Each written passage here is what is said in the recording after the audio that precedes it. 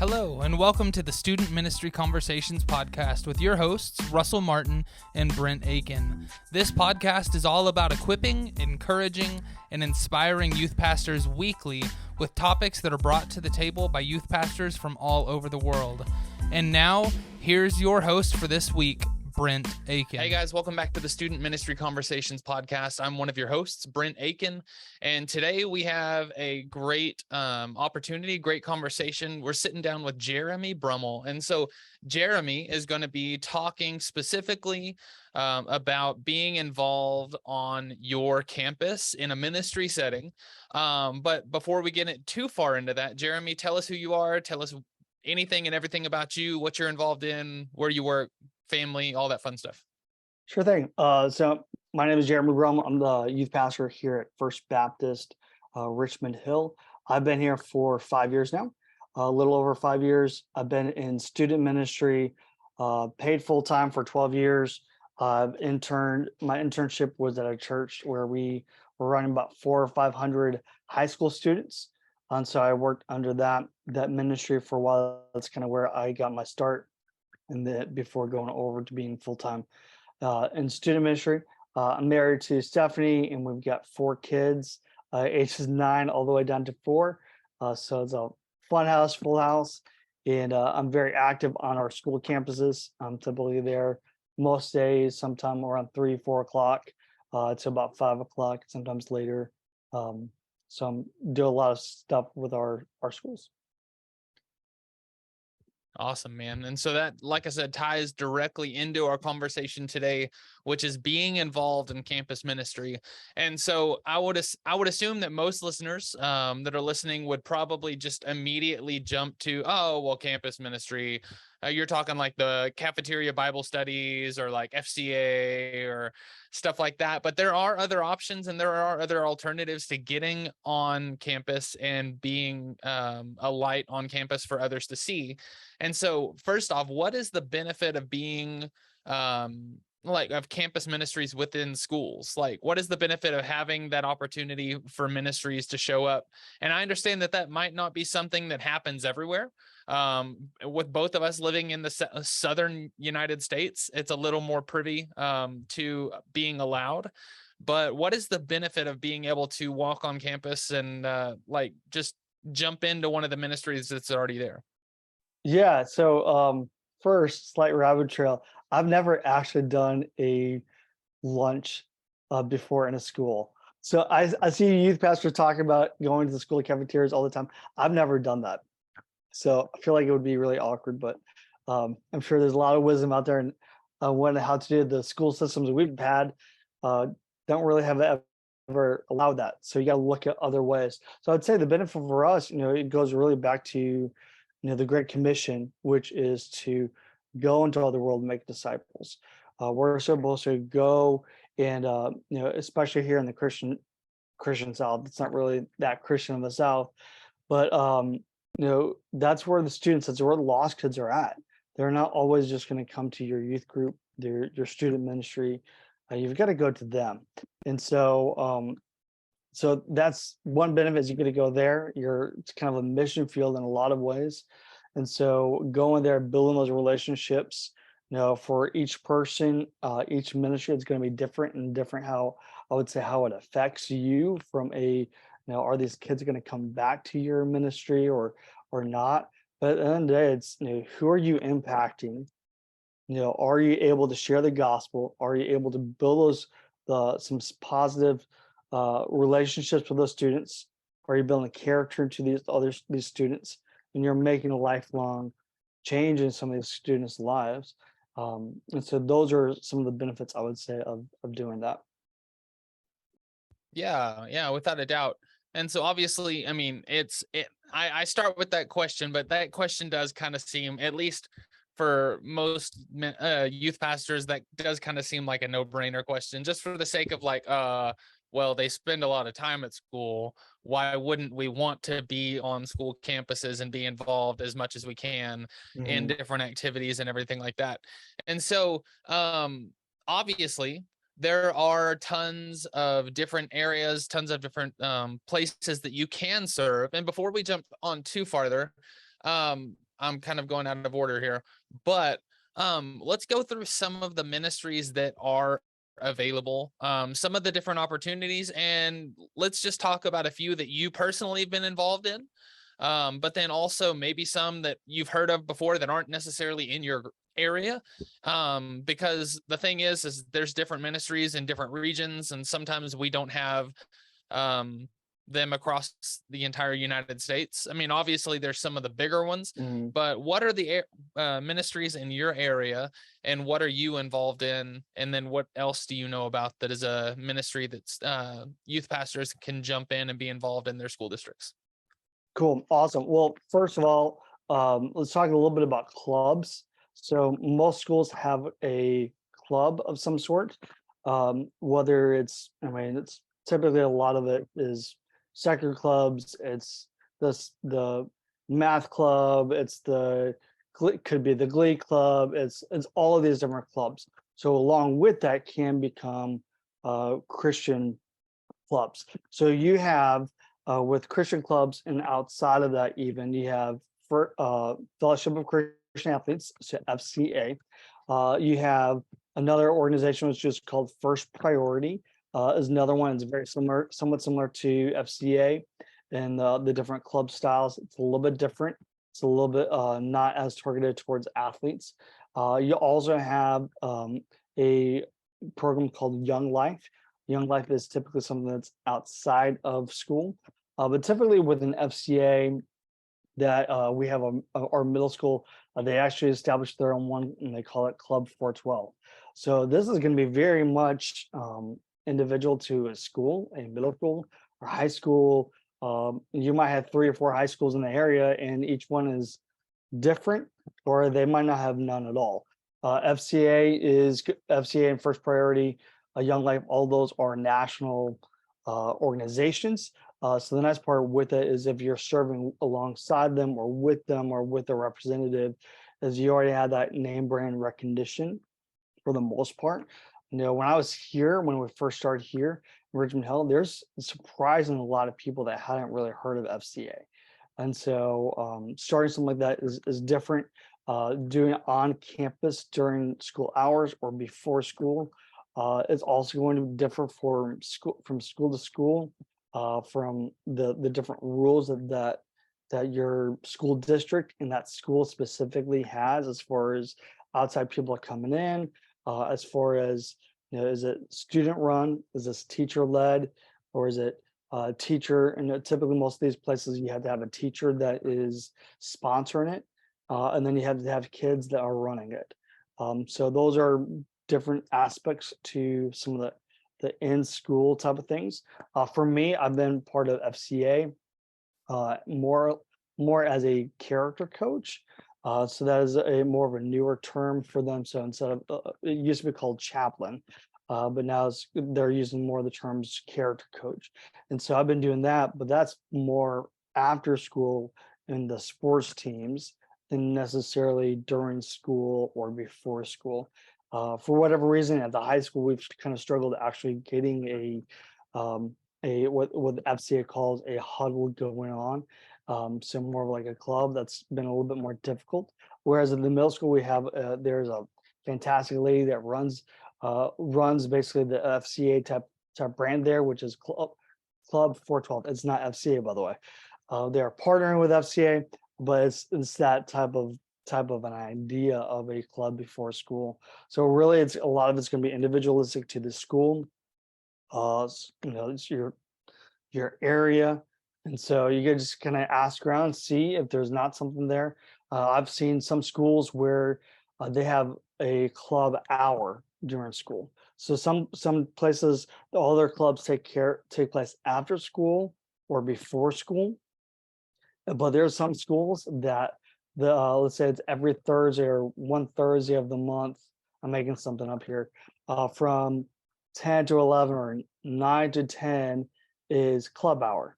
And so every student has to pick a club to go to. And so sometimes if that's an FCA club, that's an incredible opportunity. I went to one middle school. This is years back, probably about 10, 11 years ago. And they probably had about 100, 150 kids.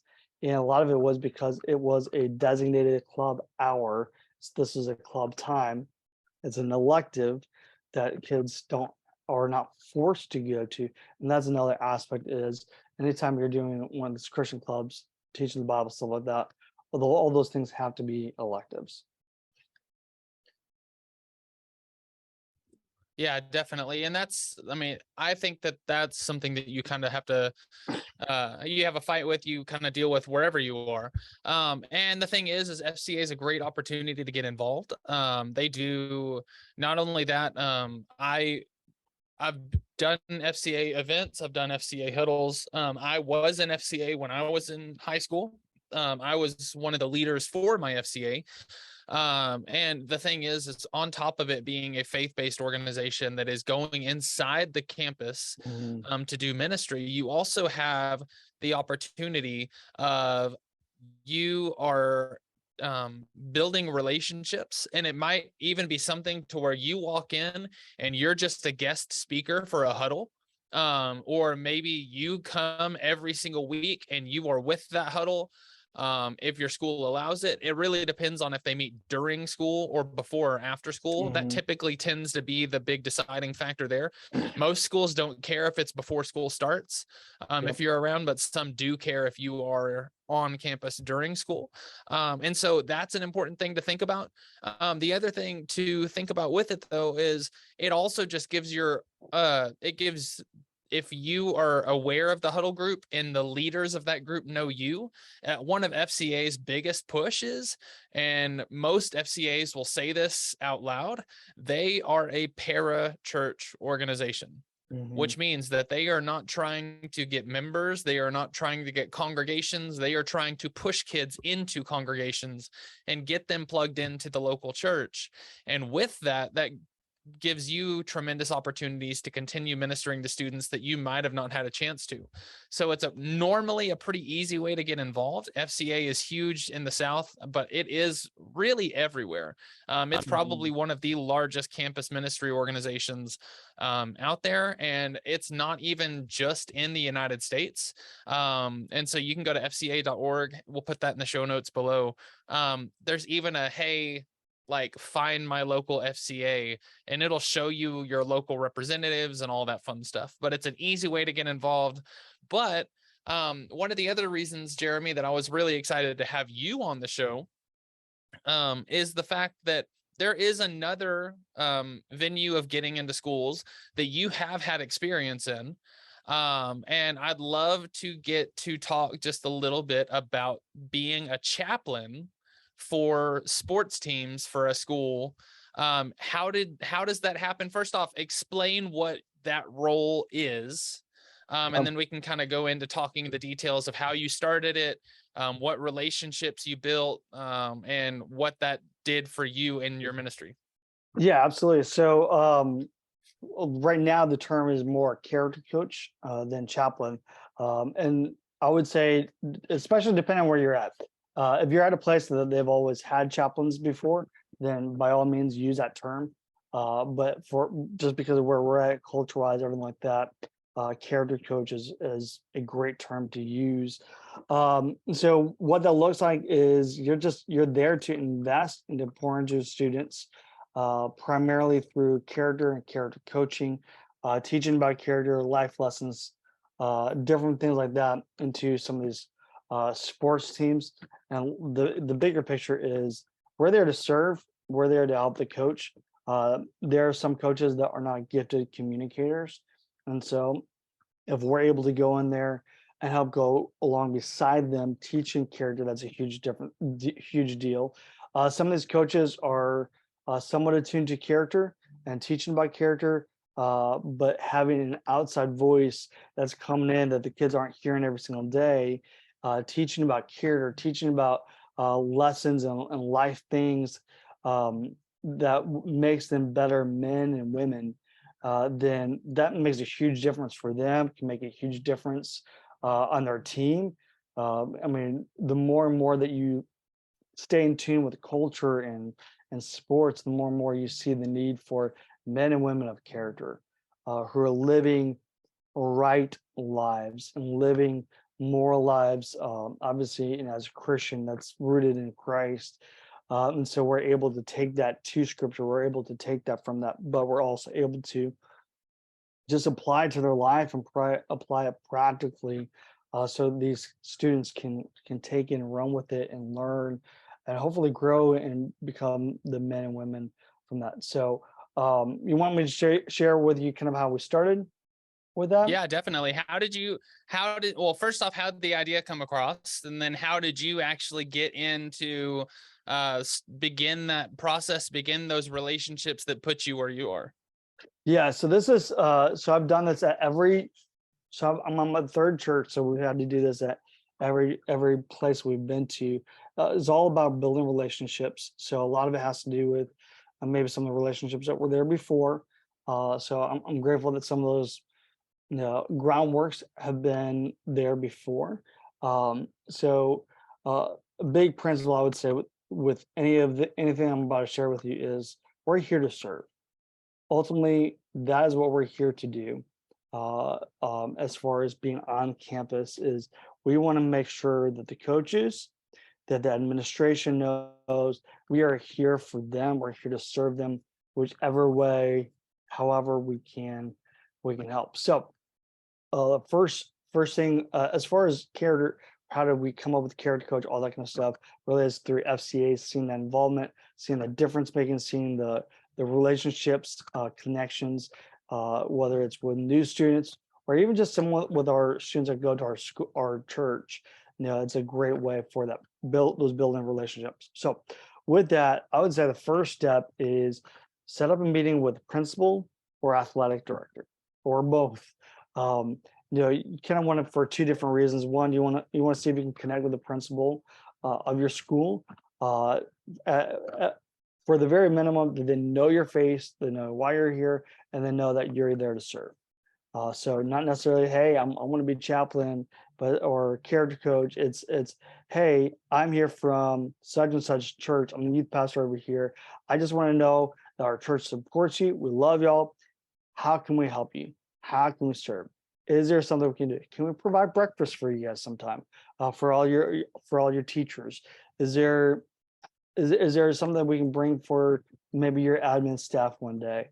It is asking those questions, come up with some ideas, maybe just spread them on, bringing something by for them, but letting them know, hey, we're here to serve.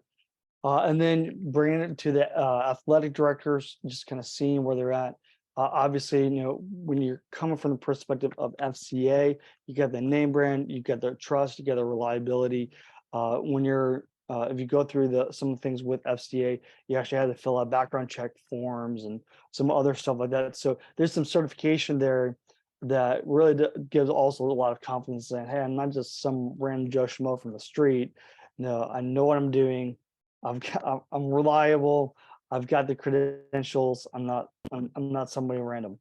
So being able to go to them from that perspective gives a lot of credibility immediately with them.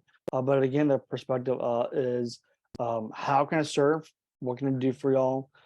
Anything we can do at all for y'all, whether that's clean up trash and helping out with beautification projects around the campus, and even bringing up, hey, what about character coaching? Most athletic directors or athletic directors that I've seen, they're very open to it. They like it. They want us there.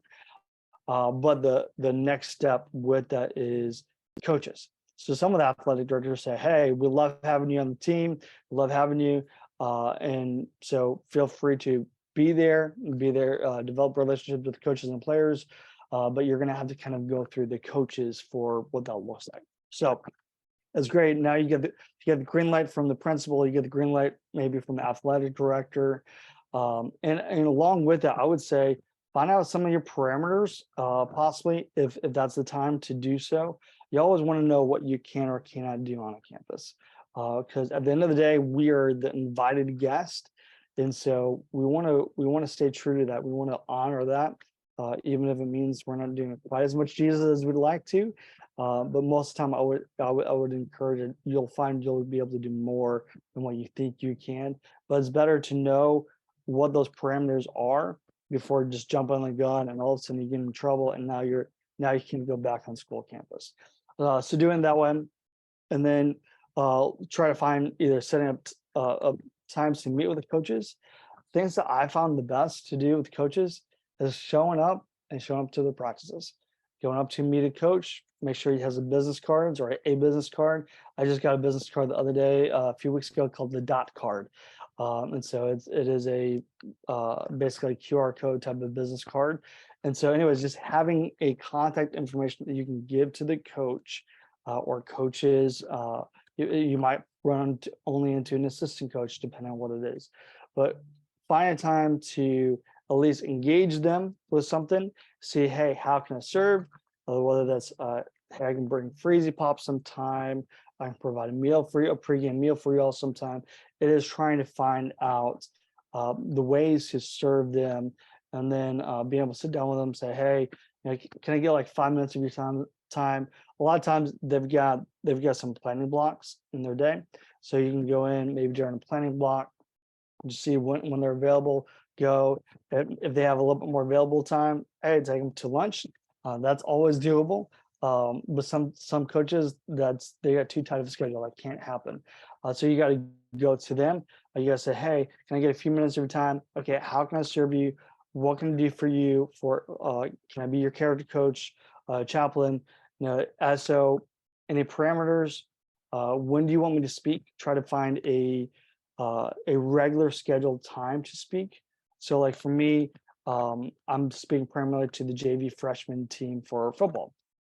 Well, there's a set time is pretty much right before any of their, especially home games, right about 3 o'clock or so, is when I go and I go speak to them. Sometimes when they're away games, sometimes I miss that because they have to just jump on a bus and go. So it really just depends. Wrestling team, it's typically been every Monday at 3 o'clock, type of deal. And so trying to find a consistent time to speak to the team might be where if it's a varsity game, hey, come speak to us before each game, that kind of stuff, or before practice starts or after practice ends. It really is going to depend on the coach's needs. Also find out how long they want you to speak. Some coaches will say, hey, you can get 10 to 15 minutes. Take your time, teach the lessons, 10, 15, 20 minutes even. Take your time, you've got that. Other coaches are, hey, you got 3 to 5 minutes. And so you've got to be able to get in and out as far as what you're saying, what you're communicating in 3 to 5 minutes, which can be tricky. So if you want me to share a little bit more about that later, Brent, let me know. But sometimes you just have a quick little bit. Other coaches, they want even more stuff. They're like, hey, we got a baseball team that their coach is full on board with stuff. They got a great character coach. And so it's not me. Their character coach has them all in like texting groups, and they're doing some devotionals and stuff like that. A lot of it, some of it's a bit of it's player run, so it's with FCA. So there's a lot of resources there for that team that provides that opportunity. But a lot of it is just finding out, okay, how much of it Bible or not Bible do you want, and how much character stuff. And sometimes I'll go up to coaches, say, hey, is there something specific you want me to address or talk about? But finding out what those parameters are, when, where, something that's consistent, so it happens. Otherwise, in a busy schedule, most coaches it's just not on their radar. They're just going to go with the regular thing until you show up, or whatever. And then the other aspect of that is just showing up, just being there, not just for when you speak, but be there to observe practice, be there to spend time with the players, and observing and watching and building those relationships up. Now, last church I was at, we had there's a previous chaplain, and the only time he would show up would be for the game, and that didn't build relationships with the students. So me being there during the week help build those relationships up. You can't just build a relationship in 2-3 hours on a Friday night. That's got to be something consistent over time. And so those would be some general principles I would kind of start off with. Yeah, Fantastic. I love that opportunity of getting on campuses. And I have two things. First off is just kind of something to add to that. And then I have a question for you to kind of continue the thought. But first off, doing it for sports is a fantastic opportunity, but you don't have to limit yourself to sports. Correct. Figure out when band is marching, figure out when band is practicing outside. Like you said, freezy pops are like the best thing ever. It depends on where you are, what you call them. We call them pop ice. But freezy pops, pop ice, whatever, the little clear tubes with the water flavor, the juice flavored water in them. Man, like so easy. You can buy thousands of them at a time. Doesn't take much prep, just freeze them. But then they go a really, really long way. Well, I will say this, when it comes to band, because we try to make sure we're serving band and doing stuff for band, and which I'll rabbit trail to some other stuff here in a second with that. With band and a little bit with football, you got to make sure you have your timing correct. Particularly with band, if you're playing a wind instrument, the last thing you need is sugar in your mouth. Because that will gunk up your instrument, all that kind of stuff. So you got to make sure that with anything like this, you're not just randomly showing up. You want to see if there's a time, like our schools, they have like a march-a-thon. So just find out what are their needs, how can we meet it is huge. And going back to some of the things with serving with the school, we did breakfasts for all of the teachers this year. We've been doing the last 2-3 years. And so we're making connections with the chorus directors. So they've had concerts at our church. In fact, tomorrow night, we've got a orchestra concert at our church, which I'm super excited because I play a orchestra instrument. But building those relationships are huge with them and letting them know, hey, use our campus, use our facility. How can we serve? Again, it's not just, like you said, it's not just for the sports teams, it's also for these other organizations. The big thing with it is how can we serve? We're there to serve. We want to make sure that the coaches, the teachers don't think that we're only there just to try to convince the student to come to our youth group.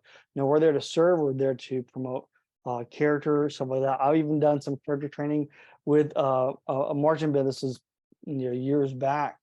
So there's a whole lot of opportunities of just building relationships, serving, how can I serve, and knowing a very good way for you to serve is by doing some of the character coaching and teaching a character, teaching leadership, helping guide that, and just being there to serve. Hey, what are your needs? How can I meet them? Is there a way I can meet them? This afternoon, a few weeks ago, I got a text message from our football coach, another coach on the team. They said, hey, we got players. They say, hey, can you provide a meal for us? Come to find out, they've got players that don't get a meal. They might not get a meal if they go home. And this is varsity. This is high school football players. And so they shot us a message, hey, can y'all provide something for us? And we said, I believe so. Let me check.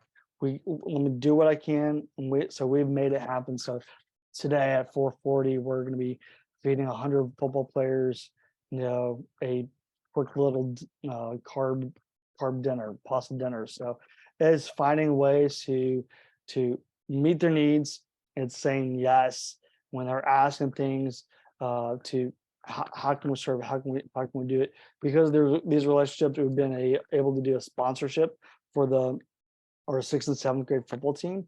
I'll say that's another thing. A lot of times when we think of doing this stuff, we're just thinking high school.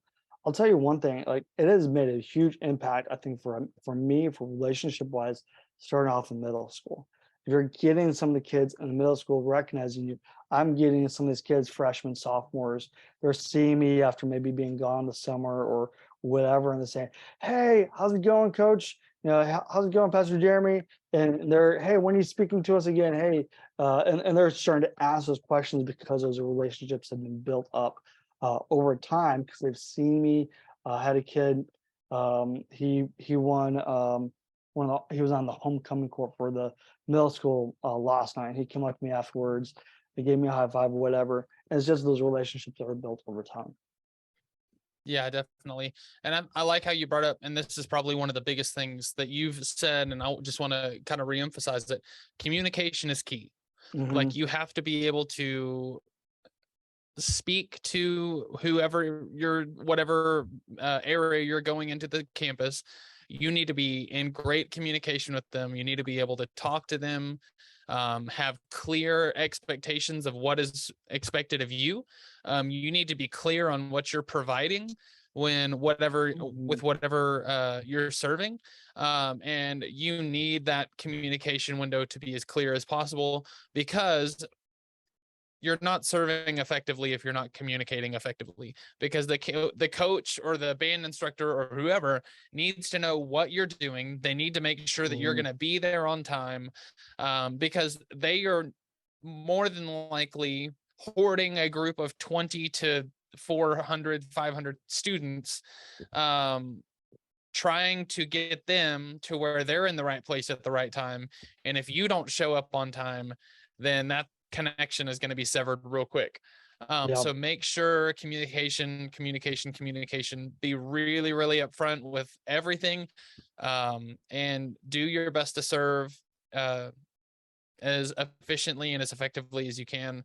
Yep. And then with the band thing, like I said, so that was one of the things we did at my last church. We band has 2 a days, just like football. In most schools, you go and you learn all the songs and you learn the marches and everything like that.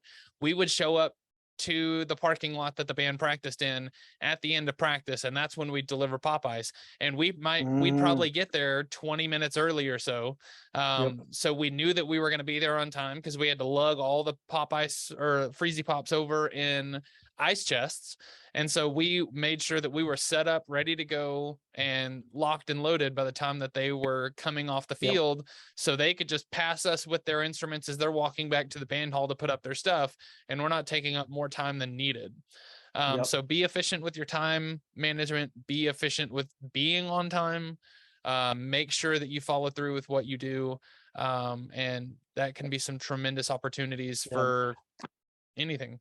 I'll say with this, like when you're given opportunities to speak, stay within your time frame that you've been given. Um, uh, for instance, if I'm speaking before a game, there's some of these times that they got plenty of time to kill. Doesn't matter. But there's other times when it's, hey, you really have like 2 3 minutes. Can you keep it short? Like, and so last thing you want to do is get the coach mad at you or frustrated with you. So you got to get up and down. Sometimes you might have thought something that's like, hey, this will take me closer to 5 minutes or more. And you get up there and they're like, hey, can you get this done to like 2 minutes or less? Like, or you're not going at all. You're not going to be able to speak to them at all. And you got to be able to go encourage them and go back. So keeping that in mind, honoring them, honoring that commitment is huge with that. A few things real quick with that. If you're looking for, hey, what do I teach them? What do I do?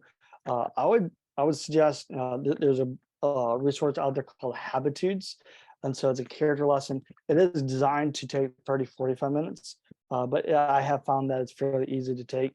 Just a quick principle, and really, it's really good, and you can keep it succinct. You can also make it and take it longer than that.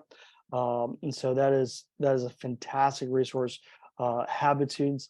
You can also take Proverbs. You can also do a character study.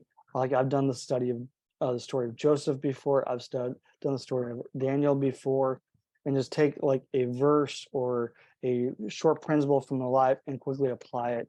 And so that's been really good, real practical. Something that we've been able to take on and off. If you get a chance to some of these teams, they'll allow you to say, hey, you can do a Bible study during the week. So instead of just doing the character stuff, now you can do something that's elective. And so let's say it's, hey, y'all meet after practice on every Tuesday for 15 minutes or whatever that time is. One, if you're doing something like that, make sure you're honoring the parents who are waiting to pick the kids up. Communicate to the people, to the players, let them know that you're going to do it. Hey, don't forget tomorrow, this is going to happen. And don't forget to communicate with parents. Middle school, they've got one that they call it Cats for Faith, and they meet every Monday night.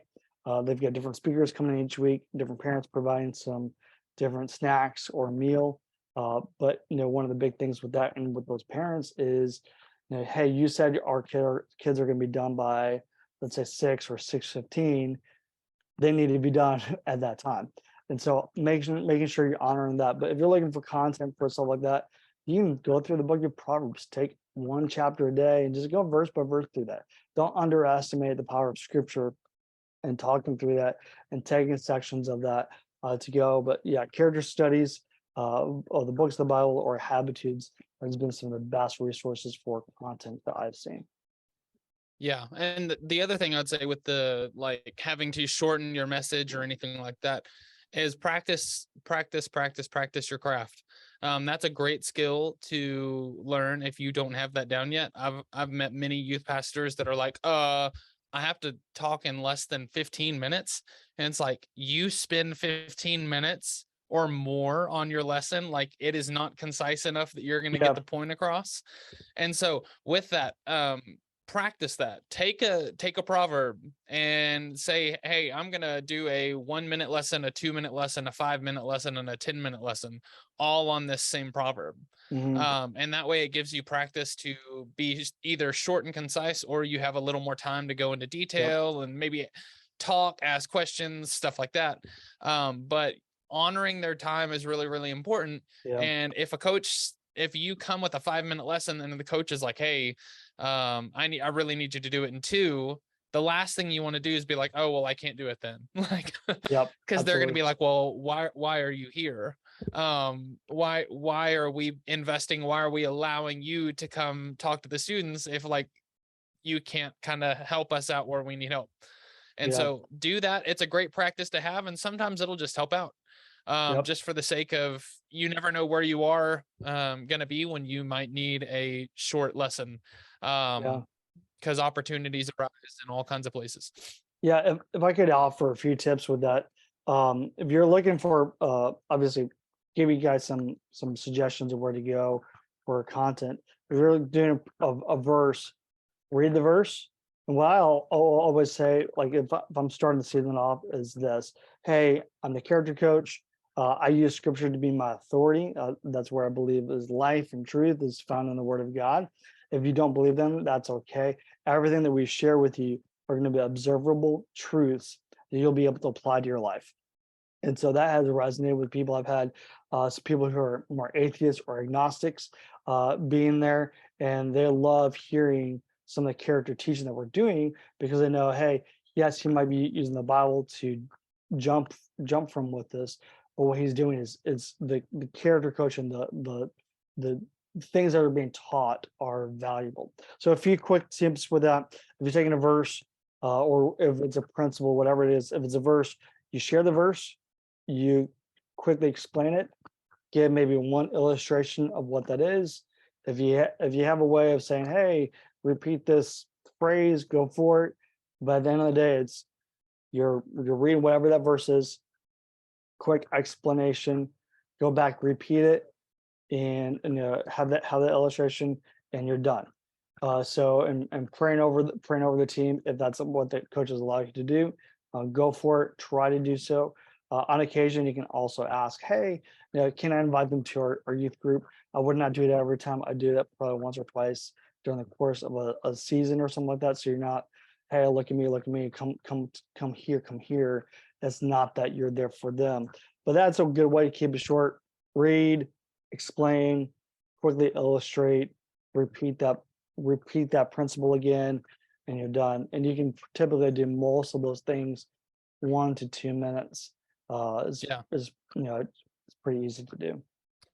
And I would also say about the whole not inviting them to your youth group every single week. The thing is if you're doing a good job where you're doing like what you're supposed to be doing, kids are going to ask questions. Because when they find impact in the lessons that you're giving, regardless of where you give them, they're going to be like, hey, you said you're a youth pastor, right? What church are you at? And they're going to ask questions, and that will kind of spark interest and spark a desire to have those conversations from them already. If you just do a good job speaking where you're supposed to speak and leave it as a, hey, I'm serving you guys, I'm not in this for me. Yeah. So the other two things that I could think of to kind of throw into this, these are both other organizations that you can get involved in. Like I said, some of these are not nationwide. This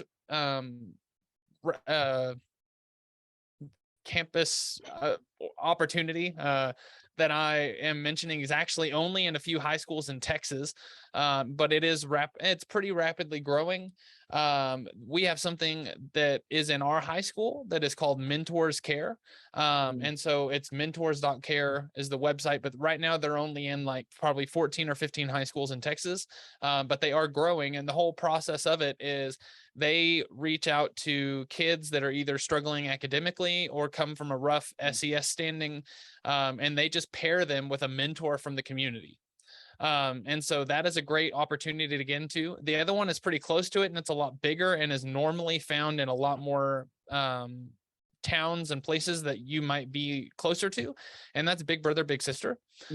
Just for the sake of, they are also really, really good at opportunities of getting you to have the opportunity to build relationships with students.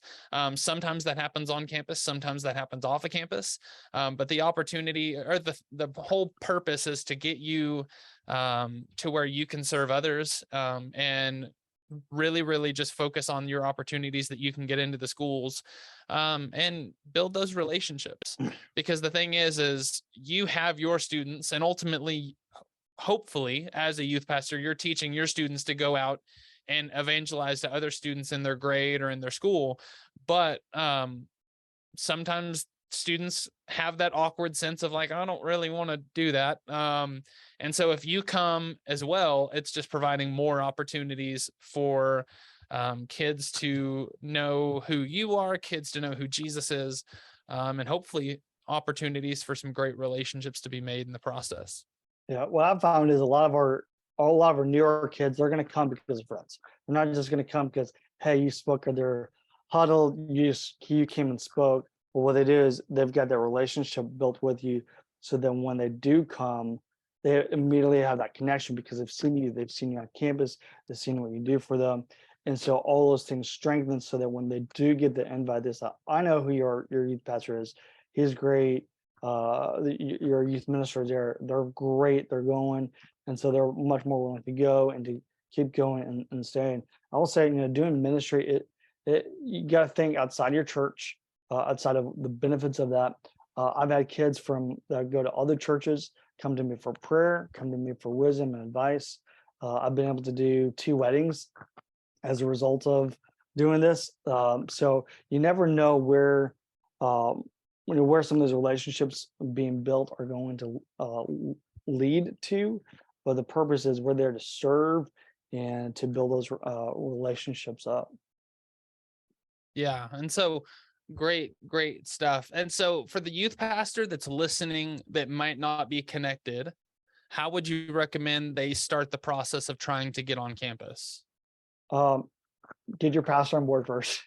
But besides, yeah, you got to make sure you get your pastor on board. They got to be behind the purpose, and you got to understand it is not a long game for some youth pastors.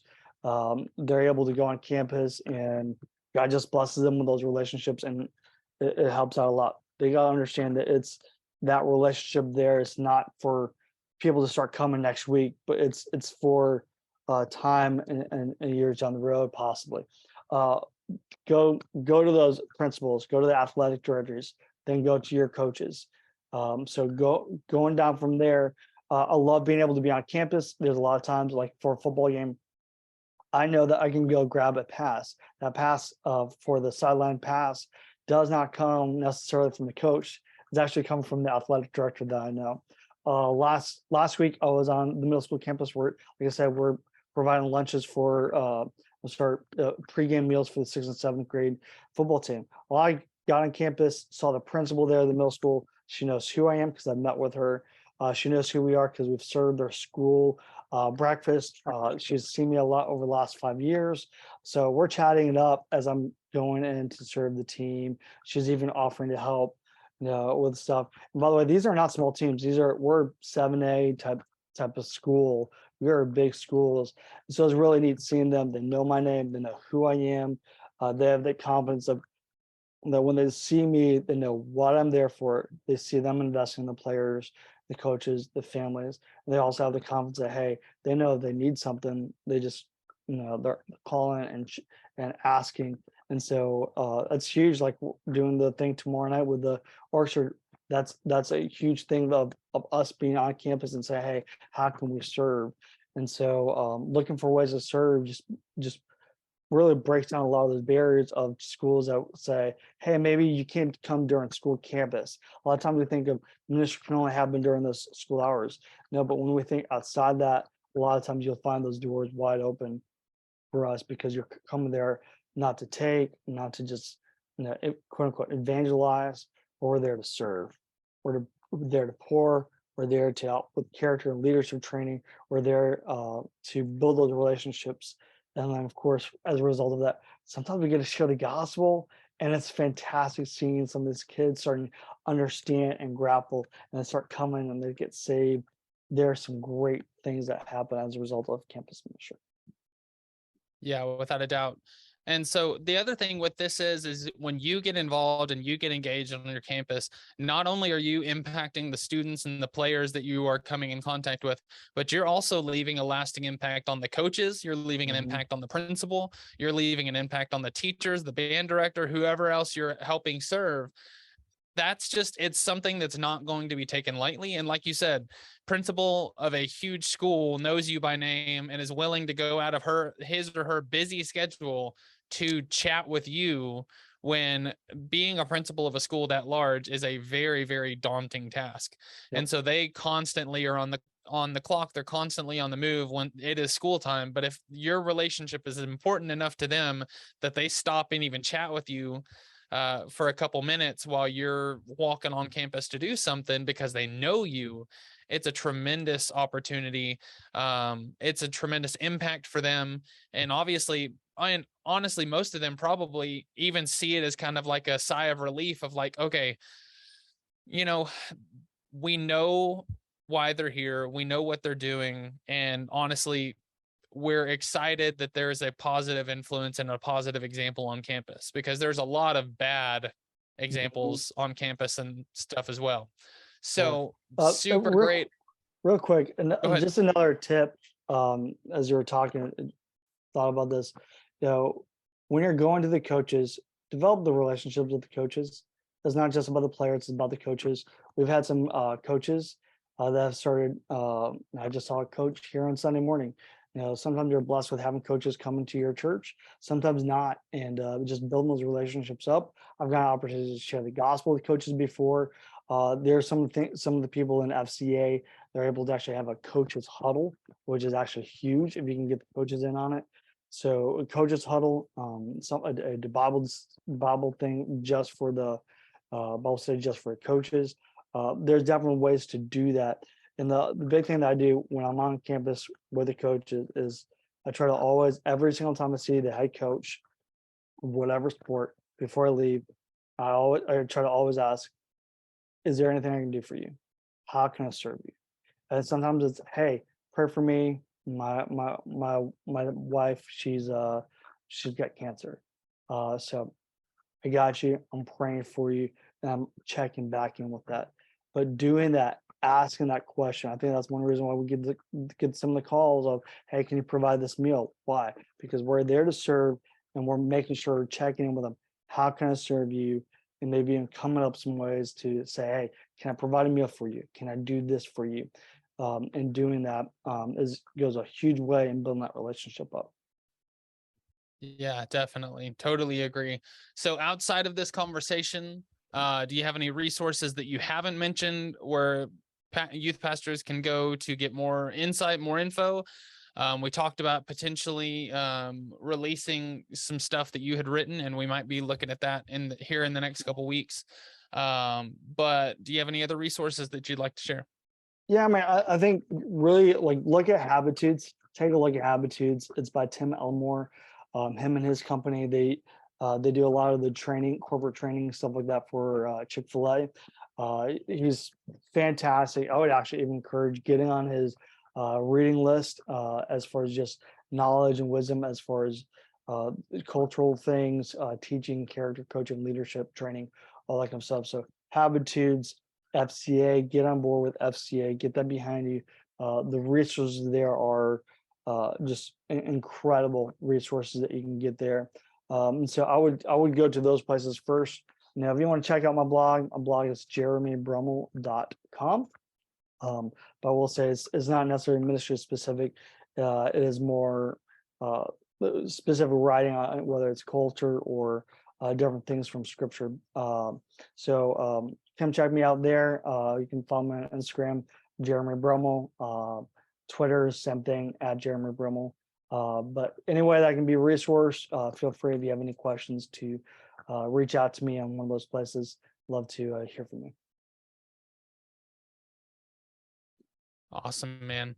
Other than that, any shameless plugs you have to throw out, the stuff you're working on, stuff that you'd want to people to check out other than you on social media or your website? Nah, I mean, I think some of the resources that we've just shared would be fantastic. So Okay. just take a look at those things out and be looking for some of those resources. And when you have questions, reach out. Don't ever feel like you can't reach out to as me or Brent or whoever else. We're here to serve you guys. Just share a little bit of the things that God has taught us, and hopefully y'all can take these things and take and go serve your campuses and see the gospel spread and see what it does. Just having that serving attitude at your campuses. Yeah, without a doubt. We've said it 100 times if we said it at all. Here, the whole purpose of this podcast is to equip, encourage, and inspire you to do ministry better, whatever that looks like. And so hopefully you have found some stuff that you can take from this episode and you can use it in your ministry. The other thing I would like to say is, as we are continuing, we're excited about what's coming up over the next couple weeks. So be sure to check out our episodes. We have some great ones coming up. And then also starting just, I believe last week, maybe the week before, we now have a Patreon. And so if you would like to support our podcast, you can go find us on Patreon, and we have a few different opportunities for you to sponsor us, but then also you get some cool stuff in the process. So we'd love to connect with you if you would like to do that. You can find that information in the show notes below this episode, or you can go find more information at our website, studentministryconversations.org. You can also just message us at Talk Student Men on Instagram, Twitter, and Facebook. We'd love to reach out to you. You can also email us, podcast@studentministryconversations.org. Our goal is to help you, and a big part of helping you is knowing what you need. So if you want to reach out to us, we would love to talk. We'd love to visit. And if you'd love to be on the show, we'd love to hear from you as well, as we're always looking for new voices and new faces to be on the show. But Jeremy, this concludes today's episode. Thank you so much for being on. Love your heart, love your willingness to honestly just add more to your docket that's probably already full of being a youth pastor, and saying, relationships at schools are important enough that I'm going to show up at 3 and I'm going to come on Fridays. I'm going to come on Tuesdays. I'm going to come anytime that I can and be a part of these kids' lives. That's super, super important. And it's something that we all should do. So thank you for what you do. Thank you for the wisdom and the insight that you've given us for this episode. And for all the listeners, hope you have enjoyed this episode, and we will see you guys next week.